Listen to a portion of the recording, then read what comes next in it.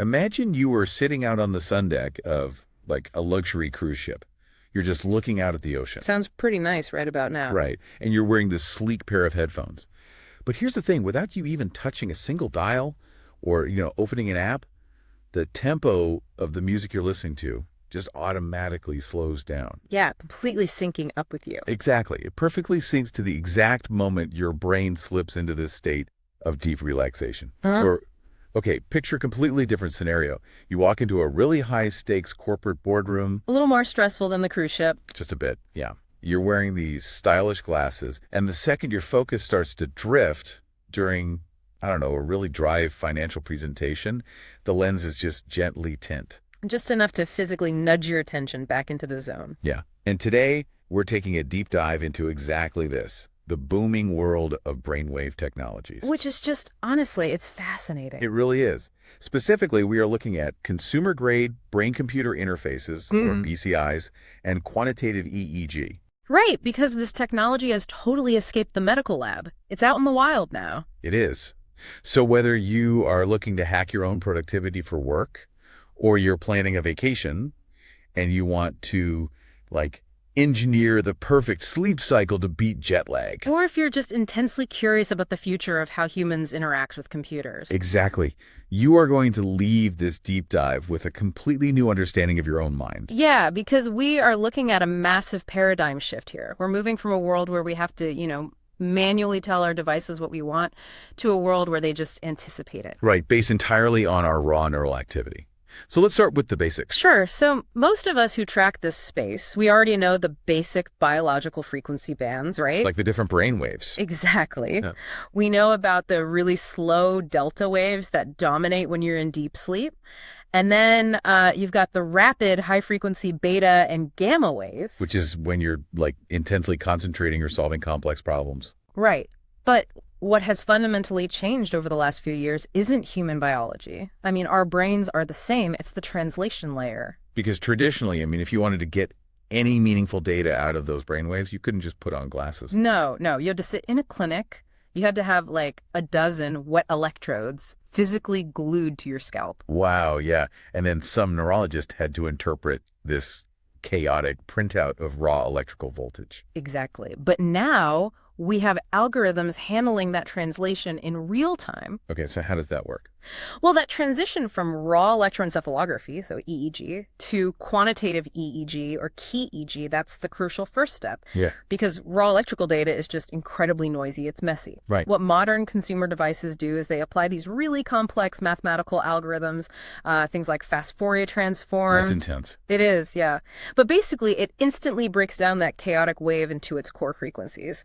And then the device maps your real-time data against massive databases of normal brain activity. Oh, I see. So it doesn't just know, hey, this person is producing beta waves. Right. It knows exactly how your specific beta production compares to an optimal state of focus. And because of all the advancements in dry sensor technology, you don't need the wet glue anymore. Exactly. All of that heavy computation happens in a wearable device that you just slip on like normal eyewear.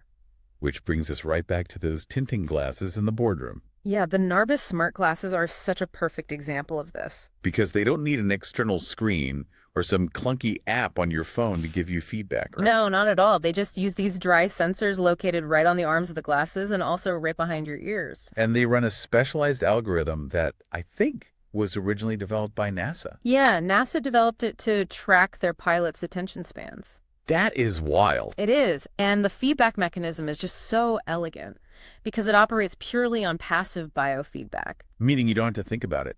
Right. So if you're sitting at your desk reading a really complex report and you're producing a nice, healthy level of beta waves. The lenses just stay perfectly clear. Exactly. But, our concentration inevitably dips. We're human. Yeah, we start daydreaming about lunch. Right. And when your brain shifts out of that active processing, it starts producing these slower theta waves. The distraction wave. Yeah. And the lenses actually detect that exact frequency shift, and they just immediately darken. Which is such an intuitive feedback loop. You don't have to consciously think, oh, I need to refocus. No, the sudden darkening of your vision acts as this physical cue. It literally trains your brain to stay in the zone. Okay, so that's the boardroom. But what about the traveler? Like the person trying to optimize rest on that cruise ship. Well, here's the interesting part. As we move from focusing to resting, the sensor technology actually has to become way more complex. Really? Why is that? Because devices like the Muses Athena or the Efren's brain band, they're designed for scenarios where you are trying to actively downshift your entire nervous system. Like trying to recover from jet lag in your cabin. Exactly. And the hardware in these traveler-focused devices is just incredibly dense. Yeah, I read that the Muses Athena doesn't just use standard EEG. It combines it with something called FNIRS. Yeah, functional near-infrared spectroscopy. Okay, let's unpack that. Because measuring electrical impulses on the skin is one thing. But FNIRS is actively tracking blood oxygenation in the prefrontal cortex. Right. How does a simple headband track blood flow through the human skull? It's pretty amazing. It actually relies on the way biological tissue interacts with light. Light, like it shines a light into your head. Basically, yeah. The device emits these specific wavelengths of near-infrared light right into your forehead. Wow. And this light safely penetrates through the skin and the bone, and it reaches the outer layers of your brain. Okay, and then what happens? Well, oxygenated blood and deoxygenated blood, they absorb these near-infrared wavelengths differently. Oh, I see. Yeah, so by measuring the photons that essentially scatter back to the sensors, the device can calculate the regional blood flow in your brain. Because when a specific area of your brain is working harder, it needs more oxygen. You got it. So FNIRS gives the headband this highly accurate proxy for your actual metabolic neural demand. And it complements the electrical data from the EEG. Exactly. It's a two-pronged approach. But then you have the AirEN's brain band, and they push it even further. They use a triple sensor approach. Yeah, they really do. It combines the EEG for electrical stuff, an EOG sensor, to track the physical movements of your eyes. Yep, the rapid eye movements. Right, and then an EMG sensor to track the micro twitches in your facial muscles. And it takes all of that and synthesizes it to deliver AI-driven audio therapy, usually through bone conduction speakers. But wait, a headband tracking brainwaves and blood flow and facial twitches all at the exact same time? That sounds like a complete data nightmare. Oh, it is a ton of data. So how does the device not just totally crash from information overload? Yeah. Or, how does it not misinterpret you just resting your eyes after being in the sun all day as actual sleep? Right. Well, the hardware would be completely useless without multimodal machine learning models acting as the filter. Ah, okay. AI to the rescue. Always, right. The device isn't just looking at those data streams in isolation. It's trained to recognize really specific biological cascades. So it looks at the whole picture. Exactly. If you just close your eyes, sure, your eye movement slows down, but your facial muscles might still hold a lot of tension. And your FNIRS data might still show high metabolic demand because you're stressed. Right. And the AI knows that isn't true sleep. True sleep onset has a very distinct multimodal signature. What does that look like to the AI? The EOG detects a shift to slow rolling eye movements. The EMG registers this total drop in muscle tone, and the EEG confirms the actual wave transition from alpha to theta. Oh, wow. So it has to see all three. Yeah, the AI processes thousands of these data points every millisecond to recognize that exact pattern. And once it does, it dynamically fades out the bone conduction audio. Exactly. It completely bridges the gap between raw, messy biology and this seamless, invisible user experience. And that ability to filter and cross-reference massive amounts of data in real time didn't just solve sleep tracking. No, not at all. It cracked open the biggest bottleneck in interactive entertainment. Brainwaves are becoming the next frontier of active controllers. Oh, absolutely. We are talking about the evolution of neurogaming. Which is such a cool concept, interacting with a digital environment using only neural signals, entirely replacing a keyboard or a controller. Yeah, and researchers at the Insight Institute, they recently demonstrated players controlling visually intense AAA video games. Specifically Black Myth Wukong, which is a wild game to play with just your mind. Right. I mean, theoretically, you could walk into the arcade on your luxury cruise, sit down, and fight a digital dragon without moving a single muscle. Okay, but here's my question. If I'm playing a really fast-paced action game, and I get a jump scare, and I physically flinch. Yeah, a totally unnatural reaction. Right. Isn't the electrical signal from my neck or my jaw muscles going to be massively louder than the tiny microvolts of my brainwaves? Doesn't that just ruin the signal? That is a great question. And that phenomenon is known as a motion artifact. Okay. And honestly, that was the absolute ceiling for this technology for decades. Because the muscle noise was too loud. Exactly. Muscle electrical signals, which are generated by an EMG response, they are orders of magnitude stronger than EEG signals. So if you just clenched your jaw. Yeah, the resulting electrical spike would just completely blind the sensor to any underlying brain activity. So historically, neurogaming meant you had to sit perfectly still. Right, in a highly controlled lab environment. So how are they executing split-second dodges in an action game now? AI foundation models. They are deploying these massive models that have been trained specifically on millions of hours of combined neural and muscular data. Okay, so the AI knows what a flinch looks like. Exactly. They use these advanced spatial filtering techniques. One of them is called independent component analysis. Okay. And because the AI has learned the exact mathematical signature of a muscle flinch or a blink or a jaw clench, it can instantly isolate that specific noise profile. And just subtract it out. Yeah, mathematically subtract it from the raw data stream in real time.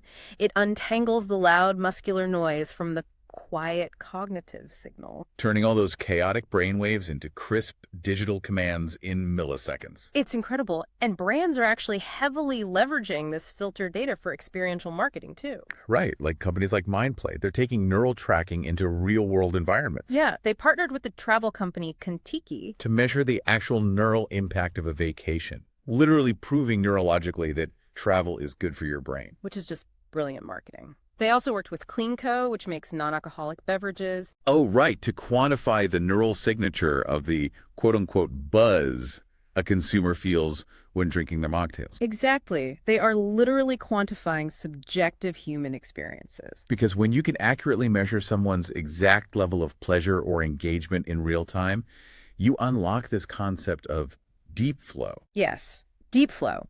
It utilizes that continuous stream of physiological data to detect when a user enters a flow state. That perfect balance of immersion where you just lose track of time. Right. And then the system can actually adapt the experience to artificially keep you in that state. So if you're playing a game and your biometric markers indicate you're getting frustrated, like your sympathetic nervous system is spiking, Yeah, your cognitive load is just maxed out. the AI dynamically lowers the difficulty. But if your brain shows signs of boredom, it ramps up the challenge. And you can apply that to the corporate world, too. Think about a training module that constantly reads your cognitive load. Oh, wow.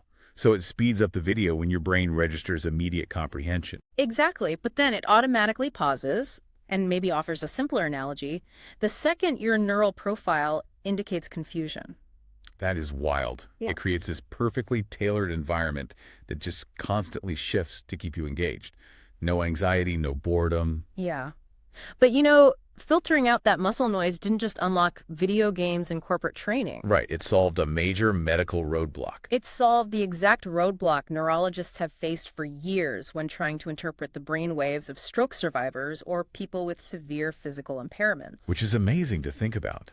The same tech measuring the joy of a mocktail was actually born out of neural rehabilitation. It was. For individuals with spinal cord injuries, a brain-computer interface serves as a critical technological bypass. Because the intention to move is still being generated in the brain, right? In the motor cortex. Exactly. The brain is firing the command, but the physical pathways to deliver that signal to the limbs, they're severed. I like to think of the human nervous system like a complex enterprise server network. Okay, I like that analogy. If the primary fiber optic trunk line, the spinal cord, gets cut, the data packets containing those motor commands just hit a dead end. They fail to deliver. Right. So what the BCI does is it acts as an external wireless local area network. Okay, so the EEG cap captures the data packet at the source. It grabs the neural intention to move a hand. It decodes the frequency pattern of that motor imagery and then routes it wirelessly to an external peripheral. Like a robotic exoskeleton or a motorized wheelchair. Exactly, effectively bypassing the severed trunk line altogether. And a prime example of this is the self-calibrating wheelchair developed at UT Austin. Yeah, their work is groundbreaking. Historically, tuning a BCI to a specific patient took hours of grueling calibration every single day. Because our brainwaves just constantly shift around, right? Yeah, they do. But UT Austin implemented machine learning algorithms that identify the invariant, unchanging features of the user's brain patterns across different days. So the device essentially learns the user's brain on the fly, reducing calibration time to just minutes. Which is huge. The immediate mobility is life-changing, obviously, but the deeper biological value of this process lies in neuroplasticity. Right, rewriting the brain. Exactly. We rely on the Hebbian theory of learning. You've probably heard it summarized as neurons that fire together, wire together. Yeah, so when the patient generates the command to move, the BCI executes it in the robotic limb. And then the patient's eyes see the limb move, which provides immediate visual feedback to the brain that the original command was successful. And that simultaneous firing, the intention followed instantly by visual confirmation, it triggers this whole cascade of biological responses. It actually forces the release of brain-derived neurotrophic factor. Which is a protein. Yeah, a protein that physically promotes the sprouting of new dendritic spines on the neurons. Wow. So through thousands of repetitions, the brain literally builds new alternative neural pathways around the lesion site. To reestablish communication with the body, it's actively rewiring the hardware. It is. And we see this principle applied to non-physical rehab as well. Right. Organizations like the MINT Academy are running clinical trials, and groups like Brain Performance Technologies are utilizing neurofeedback to treat things like ADHD, PTSD, and severe depression. Yeah, they rely on operant conditioning. So, for example, a patient with PTSD might sit down and watch a movie while wearing an EEG headset. And the movie's playback is tied directly to their brainwaves. Exactly. As long as the patient's brainwaves remain in a healthy, regulated oscillation, the movie plays flawlessly. But the moment their brain slips into a dysregulated pattern, like, say, a spike in hyperactive beta waves from a trauma response. Screen dims, and the audio drops out. Oh, wow. And the brain intrinsically desires the reward of the continuous movie, so it subconsciously alters its own firing patterns to restore that optimal state. So over multiple sessions, this conditioning actually strengthens the synaptic connections for self-regulation. Exactly. Which leads us directly to what the patent landscape says is the ultimate future of this technology. Right. There is a 2024 South Korean patent that details a system combining wearable EEG headsets with virtual reality displays and integrated neurostimulators. This represents a fully closed-loop system. Okay, tell us the difference. Why is closed loop so important? Well, the distinction is critical. Most current wearables are open loop. They read the data and they present it to you, or they adapt a screen. Like the movie Dimming. Right. But a closed loop system reads the neural dysregulation, maybe identifying the frequency signature of an impending epileptic seizure or a severe depressive episode. Okay. It computes the necessary neuromodulation, and then it actively uses targeted electrical stimulation to physically alter the neurons. Like transcranial direct current stimulation. Exactly. It reads the problem and immediately writes the correction back into the brain. Actively pushing the neural oscillations back into a healthy state in real time. Yes. But okay, a device that can read your exact cognitive load, detect your emotional spikes, and actively apply electrical currents to shift your mode. Yeah, that brings us to a fundamental crossroads. Because the privacy implications here are entirely different from, say, a smartwatch tracking your daily steps. Oh, they are completely distinct categories of information. Traditional data describes your external actions. Right. Neural data reveals your internal state, your unfiltered reactions, your baseline mental health, your unexpressed intentions. It's literally the source code of your consciousness. It is. And if an employer mandates these focus tracking glasses to optimize a team's workflow, there's an incredibly thin line between helping employees achieve a flow state and, penalizing them for natural biological fluctuations. Exactly. Or consider a cruise line utilizing deep flow biometric data to aggressively market high-priced shore excursions to you. Right. Precisely when your neural profile indicates your critical thinking is lowered and your emotional receptivity is peaking. Right.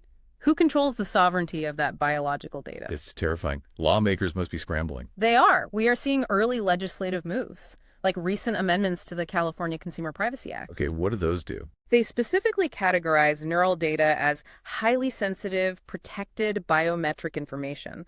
But, legislation traditionally moves at a glacial pace. Especially compared to the rapid iteration of hardware and AI. And the risks just compound exponentially when we look at the clinical applications of implanted closed-loop systems. Yeah, the research concerning industry-academia partnerships points out a deeply concerning scenario. What happens when patients become physically reliant on implanted neurotechnology and the private company managing that hardware goes bankrupt? A stark real-world example occurred with the company's second site. Right. They developed those retinal implants that restored partial vision to blind patients. Yeah, groundbreaking stuff.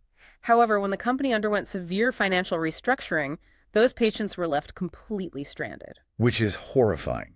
You aren't just missing out on a software update for your phone. No. You are left with obsolete technology physically wired into your nervous system, with absolutely no technical support and no pathway for safe extraction. It underscores the absolute necessity of establishing robust post-trial hardware support and ironclad data sovereignty laws. Before these devices achieve mass market penetration. Absolutely. Ensuring that algorithms are free from bias, that neural data cannot be commodified without explicit consent, and that patients are protected from corporate insolvency. It's just as critical as the engineering breakthroughs themselves. I couldn't agree more. The amount of ground we've covered today is staggering. We trace the evolution from the clinical origins of key EEG to the dry sensor-focused glasses in the corporate boardroom. Yeah. We looked at how AI foundation models filter out muscle artifacts to enable mind-controlled AAA gaming on the sun deck of a cruise ship. And how closed-loop neurofeedback systems are driving neuroplasticity to rehabilitate severe spinal cord injuries. The sheer velocity of this technological integration is what defines this moment. The era of manually managing our mental states, of constantly fighting our own biology to stay productive or relax, it's ending. It is. Very soon, our environments, our entertainment, our workspaces, they will autonomically adapt to our brainwaves, anticipating our needs before we even formulate the conscious thought. It is an incredibly brilliant, seamlessly optimized future. But, it leaves me with one final thing to ponder. What's that? Well, if our consumer devices eventually learn to regulate our brainwaves perfectly, if our workspace automatically shifts stimuli to keep us optimally productive and our entertainment perfectly blisses us out, Right. do we risk losing something fundamental?